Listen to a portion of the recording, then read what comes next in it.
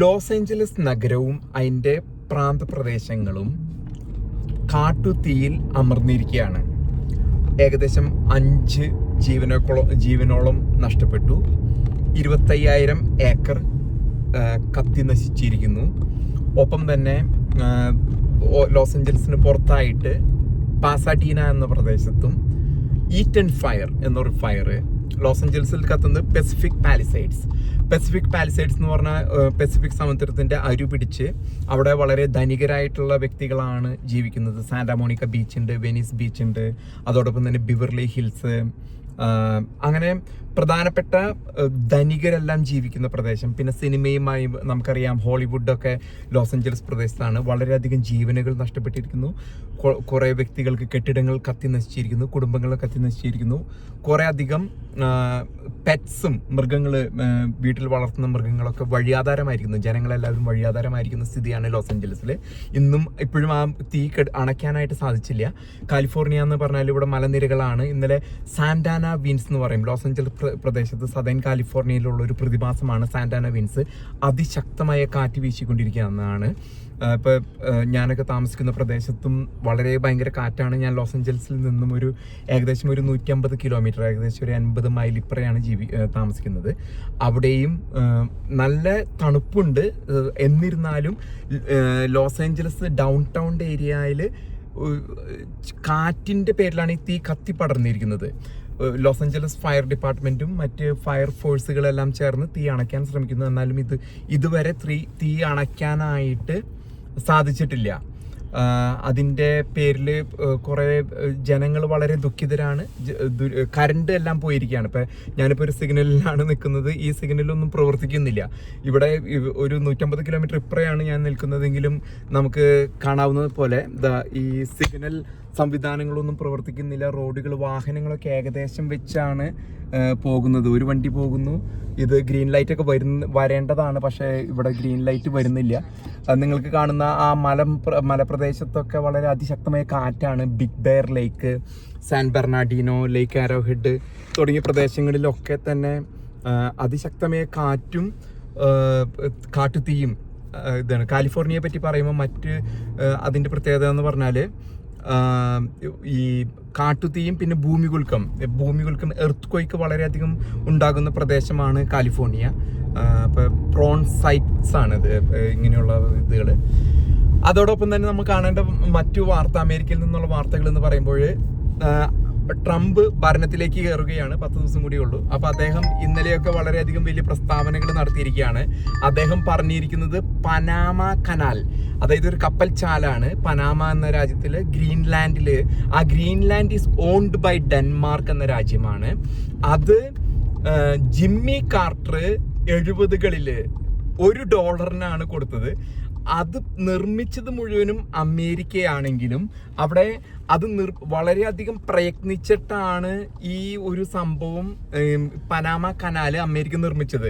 അവിടെ 38,000 ജീവനുകൾ നഷ്ടമായി എന്നാണ് ട്രംപ് പറഞ്ഞിരുന്നത്. ആ 38,000 ജീവന്റെ വിലയും പിന്നെ ഇത് പ്രയത്നിച്ചിട്ട് പോലും അമേരിക്കയുടെ കപ്പലുകൾ കടന്നു പോകുന്നതിന് കൂടുതൽ പണം വാങ്ങുന്നു. ആ ഒരു കപ്പൽ ചാൽ ഉപയോഗിക്കുന്നതിന് വേണ്ടിയിട്ട് കൂടുതൽ പണം വാങ്ങുന്നു.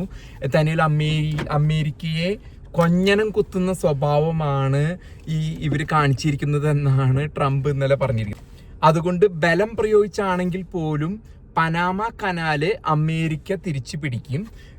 അമേരിക്കയുടെ വാണിജ്യ കപ്പലുകൾക്കും ഡിഫൻസിന്റെ US നേവിയുടെ കപ്പലുകളും പനാമ കനാൽ ഉപയോഗിക്കുന്നതിനുള്ള ഫീസ് കൂടുതൽ ചാർജ് ചെയ്യുന്നത്രേ. അതിന്റെ പേരിൽ അത് ബലമായിട്ട് തിരിച്ചു പിടിക്കും എന്നുള്ളൊരു താക്കീതാണ് ട്രംപ് നൽകിയിരിക്കുന്നത് ഇന്നലെ. വേറൊരു താക്കീതും കൂടി ഇന്നലെ ട്രംപ് നൽകിയിരിക്കുന്നത്, അടുത്ത 10 ദിവസത്തിനുള്ളിൽ ഇസ്രായേലിൽ നിന്നും പിടിച്ചിരിക്കുന്ന ബന്ദികളായ ഏകദേശം 100 ആൾക്കാർ, അതിൽ ഒരു മൃതദേഹം ടണലിനുള്ളിൽ നിന്നും ഇന്ന് കണ്ടെടുത്തിട്ടുണ്ട്. ആ 100 പേരെയും തിരിച്ചു കൊടുത്തില്ലെങ്കിൽ ജനുവരി 20 ശേഷം ഹമാസിനെയും തീർക്കും, ഗാസയും തീർക്കും. തീവ്രവാദവും ഇസ്ലാമിക മധ്യപൂർവേഷ്യയിലെ തീവ്രവാദത്തിന് ഒരു അന്ത്യം കുറിക്കുമെന്ന ഭീഷണി തന്നെയാണ് ട്രംപ് നൽകിയിരിക്കുന്നത്. അദ്ദേഹം സമാധാനപരമായിട്ടാണ് ഭരണം നടത്താൻ ഉദ്ദേശിക്കുന്നത്. എന്നിരുന്നാലും ഈ ബന്ദികളെ ജനുവരി 20 മുമ്പ് അദ്ദേഹത്തിന് ഇനോഗ്രേഷന് മുമ്പ് തിരിച്ചു കൊടുത്തില്ല എങ്കിൽ അദ്ദേഹം ഈ യുദ്ധത്തിൽ നേരിട്ട് ഇടപെടും. നമുക്കറിയാൻ സാധിച്ചിടത്തോളം ഇസ്രായേൽ സേനയ്ക്ക് വ്യക്തമായിട്ട് അറിയാം ഈ ബന്ദികൾ എവിടെയാണെന്ന്. പക്ഷെ ഈ ബന്ദികളെ ഒരു കവചമായിട്ട് ഉപയോഗിക്കുകയാണ്.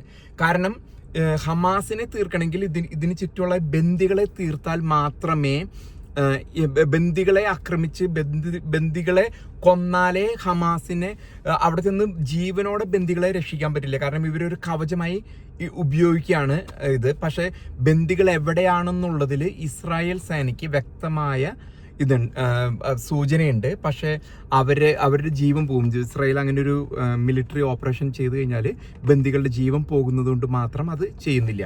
തന്നെയല്ല, ട്രംപ് വേറെ പല തീരുമാനങ്ങളും ഇന്നലെ ഹസൻ എന്നുള്ള ഒരാൾ, ഡമാക്, ദുബായിലെ വലിയൊരു റിയൽ എസ്റ്റേറ്റ് ഇൻവെസ്റ്റ്മെന്റ് ഗ്രൂപ്പാണ്. അതിന്റെ ഹസൻ എന്ന CEO വന്നിട്ട് $20 ബില്യൺ, ഏകദേശം 1,60,000 കോടി രൂപ അമേരിക്കയിലെ ബിസിനസ്സിൽ ഇൻവെസ്റ്റ് ചെയ്യുന്നു. അപ്പോൾ ട്രംപ് അദ്ദേഹത്തെ അഭിനന്ദിച്ചുകൊണ്ട് അദ്ദേഹത്തിന് ഒരു വേദി പങ്കിടുന്നതിന് വേണ്ടിയും പ്രസംഗിക്കുന്നതിന് വേണ്ടിയും അപ്പോൾ ഹസൻ എന്ന ആൾ വന്ന് പ്രസംഗിക്കുകയുണ്ടായി. അപ്പോൾ $20 ബില്യൺ ഇത് നൽകുന്നത് അമേരിക്ക ഇൻവെസ്റ്റ്മെന്റിനും ബിസിനസ്സിനും റെഡിയാണ്. അപ്പോൾ നമുക്കറിയാം ഇന്ത്യയിൽ നിന്നുള്ളതൊക്കെ തന്നെ വലിയ പണക്കാര് അമേരിക്കയിൽ വന്ന് ഇൻവെസ്റ്റ് ചെയ്യുന്നതിന് താല്പര്യമുള്ളവരുണ്ട്. അതിനൊരു സൂചന പോലെ ഡമാക് എന്ന് പറഞ്ഞ വലിയൊരു കോർപ്പറേഷനാണ്. നമുക്ക് മധ്യപൂർവേഷ്യയിലുള്ളവർക്കൊക്കെ അറിയാം. ഡമാക് കോർപ്പറേഷൻ അമേരിക്കയിൽ വലിയൊരു ഇൻവെസ്റ്റ്മെന്റിന് തയ്യാറെടുക്കുന്നു. ആദ്യ ഗഡുവായിട്ട് $20 ബില്യൺ. കാരണം അമേരിക്കയിൽ വീടുകൾ വീടുകൾക്ക് കുറവുണ്ട്, റെസിഡൻസസ് കുറവുണ്ട്. അതുകൊണ്ട് ഹോംലെസ്നെസ് ഒക്കെ വർദ്ധിക്കുന്ന ഒരു സാഹചര്യമുണ്ട്. അപ്പോൾ റിയൽ എസ്റ്റേറ്റ് ഇൻവെസ്റ്റ്മെന്റ്, വീടുകൾ, കെട്ടിടങ്ങൾ പണിത്, അപ്പാർട്ട്മെന്റുകളൊക്കെ പണിത് റെന്റിന് കൊടുക്കുന്നതിനും വിൽക്കുന്നതിനും വേണ്ടി വലിയൊരു ഓപ്പർച്യൂണിറ്റി അമേരിക്കയിൽ നിലനിൽക്കുന്നുണ്ട്.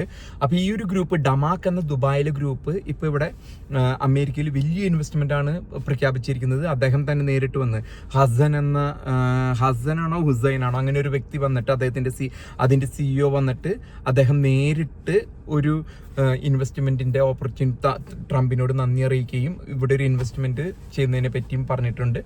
അപ്പൊ ഇതൊക്കെയാണ് ട്രംപിന്റെ ഉദ്ഘാടനത്തിന് മുമ്പുള്ള പ്രസ്താവനകൾ. ട്രംപ് 20-ാം തീയതി ഉദ്ഘാടനത്തിന് കഴിയുന്നതോട് കൂടിയിട്ട് അദ്ദേഹം പറഞ്ഞിരിക്കുന്ന അമേരിക്കയിലെ പ്രോബ്ലംസ് വളരെയധികം, ഇൻഫ്ലേഷൻ, പണപ്പെരുപ്പം മൂലമുള്ള കുറെ പ്രോബ്ലംസ് അമേരിക്ക ഇപ്പോൾ സാമ്പത്തികമായിട്ട് ഇപ്പം നേരിട്ടുകൊണ്ടിരിക്കുന്നു.